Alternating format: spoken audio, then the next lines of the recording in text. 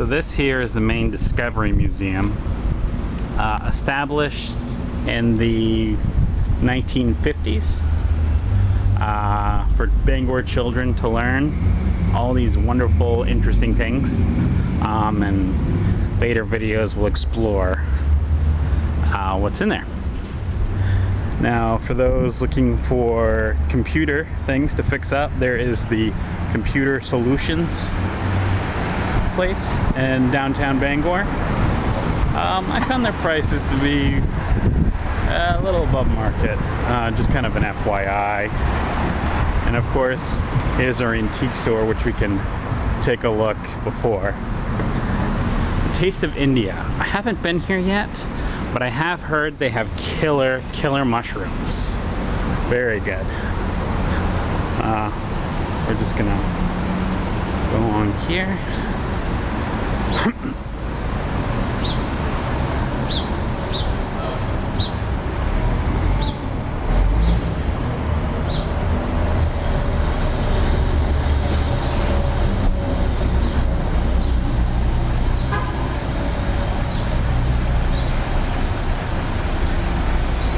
This video is mostly to my foreign friends living in other countries who are curious about American life. So not exactly for not exactly for domestic consumption, but more along the lines for foreign consumption. So this is why you might see me. Look at that, 420. That's a American drug sign. Drug code. Actually, it means juvenile disturbance, which was coined in California. Everyone thinks it has to do with marijuana, but actually it's not. It has to do with juvenile disturbance. Bella Hair Studio. So this is kind of the downtown Bangor area. Bangor is a very small city. Believe it or not, it was established in the mid-1850s as kind of a logging place. So, like, if you go along the river, you'll find that you'll find middle islands that they used to float logs down and things along that line. And it slowly grew up over time to about a city of about 35,000 people, and then the outlying areas will be about 150,000 or so. So you know, I mean, it's a rather small city, but and again, this is kind of indicative of Maine small cities. They tend to kind of concentrate in the middle around the waterways, and they're all the old brick kind of architecture, and then they kind of slowly spread into the suburban areas. And you know, some of the newer places like Mexicali Blues have kind of refurbished a lot of the old architecture, but you can see that's all painted there. That definitely goes akin to the 1970s. 1870s. The architecture style, you can tell by the old windows, the kind of the old arches and things like that. So this is kind of a tour of downtown Bangor, and you know, there's various cultural outlets. We have like the Penobscot Theater that you can enjoy, which is quite nice actually, the Penobscot Theater.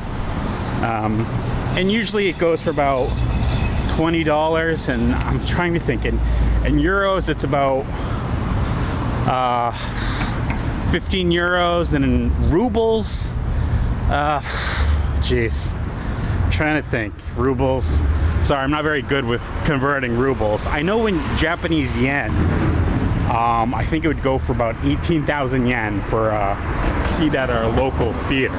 So for all my pen pal friends, these are kind of where this. And see, this is kind of like the old waterway here.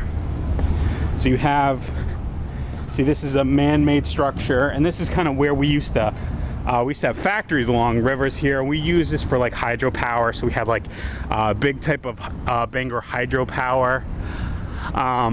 And this is kind of, we'd have all the logging companies. So this river was really kind of the money making for this area. It was hydropower, it was for lumber, And you know, and then eventually it stopped suiting its purpose as we started outsourcing our manufacturing to the Chinese and other countries. Suddenly manufacturing gave way to service industry. So you'll find, you know, we're kind of basically a financial country now. That's what we do. We shuffle money. So we have kind of like Bangor Savings Banks, hospitals, you know, Walmart. We basically, you know, see Camden National Bank up there. So, you know, I mean, that's what we are. We're one big, our economy is basically based on finance, insurance, real estate, banking, you know, I mean, that's, you know, and shopping at service sectors, the service sector. So everyone here is a lawyer. We don't, you know, not like where you guys are from, where you guys are creating and producing things. I mean, we still have production, you know, we still kind of, but it's not like it used to be, you know. And it's good and bad. If you look at our river here, like this used to be kind of orange and you'd see kind of suds. It was actually quite nasty. And now we had the EPA set standards, so that kind of made our rivers good, but then it made us uncompetitive. So then we basically exported all our pollution to other countries. So that's kind of how that goes. Say UBS. So I'm trying to remember what it is. I think it's like an insurance company or a banking company or something. But you know, it's all pretty much the same, you know.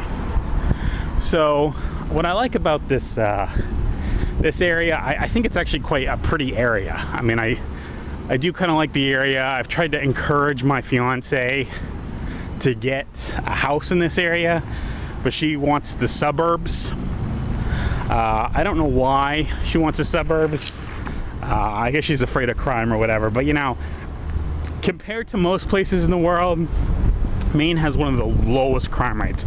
And even the places where our crime rates are supposedly high, okay, what we have to worry about the most is like break-ins. So you know, it's quite very cheap. You know, so it is what it is, you know. But I'm not really worried because, again, violent crime is very little in Maine. It's very small. You know, and just the neighborhood that we were looking at for the house on Court Street, there was one murder, okay, but that was in downtown. That was like, and in considering per capita and whatever, it's probably one of the lowest in the world. It is. You know, with a lot of European countries and basically Canada equaling that. So, you know, Maine's got a lot of Canadian influences. I might send you some videos of the French food that we have later. And what we have for like French food, we got Acadian pancakes, or kind of pancakes baked out of buckwheat. And the pancakes that were baked out of buckwheat actually were originally from the French Canadians who moved to Maine to settle in the mills, which we found in Bangor, Lewiston, Auburn, Rumford. That's why we have like a deep sense that we have a lot of French heritage, and that they're considered the second wave because the first wave was mostly Irish immigrants.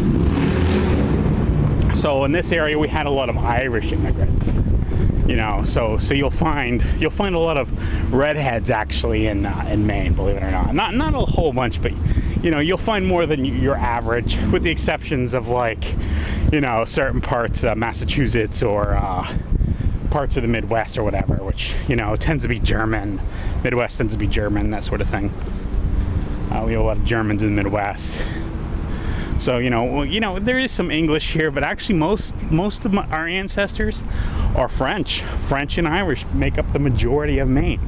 So that's my part of the country, which is in the northeast part of the United States. You know, so again, it's just kind of a pretty day. Very nice out. Little lost. Not exactly sure where I parked. But that's all right. It's kind of just makes it interesting, right? So I can give my narration and, you know, that's crap. I'm lost. Should probably, oh, okay. I know where I am. Never mind. Don't panic. Don't panic. All right, so in the summer, see, this is the parking garage there. see.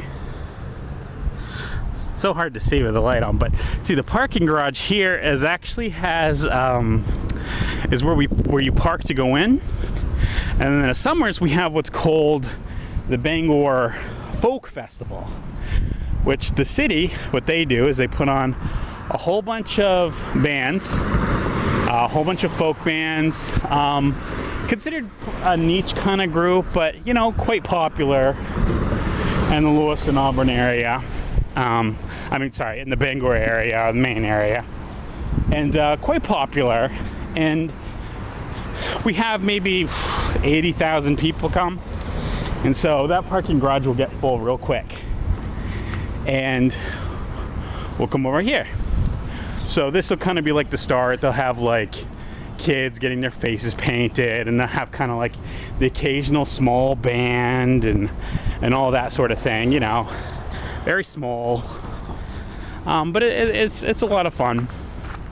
We have a good time, and you know, you can donate by paying, so they kind of encourage. So the city incurs some of the costs, like Bangor Police, you know, will be paid by the city, and you know, things like that. But then to cover the cost of the folk festival itself, they'll ask for donations. So like Megan and I, we gave like $10 last year, you know, kind of like a civic responsibility thing, because we like the folk festival. We wanted to keep bringing in jobs and part of our community, and we try to be community conscious, so we give money, which is about $10. And so further down, I'll kind of show you later. Actually, I'll take a video when the folk festival comes. But this is farther down past the Sea Dog Brewing Company. You can see over there actually is where all the bands will be, and I'll show you there. That's where the concert is, and maybe we'll go some night. This is Estevez Gomez. So he was kind of a famous navigator, kind of an explorer from Portuguese when they were spreading their empire and looking for things. And he had actually come up all the way the Penobscot River. Unfortunately, we have no idea where he ended, because the rivers, you know, only kind of twist and turn. But what we do know is that this is the highest point of Penobscot, because there's no way a ship could actually go above it because of the way the rocks are shaped. So if he were to like take a sailing ship and he was to go up Penobscot from our coast, this is the highest, most northern point that he would be, which would be this area, which is kind of, you see how they kind of like the dams, and it starts to head up its elevation. So yeah, so that's kind of Maine. That's kind of my life in Maine. So maybe you'll send me a video from your country. I'd be interested to see your country, and you know, so I learn your language more. I'll start trying to speak in your language, which, you know, good luck. It'll probably be a very terrible form at first, but well, probably forever, because I'm not very great with languages, but it's a hobby I have, so maybe I'll get better. So okay, well, I hope you have a good day, and I hope you found this video enjoyable.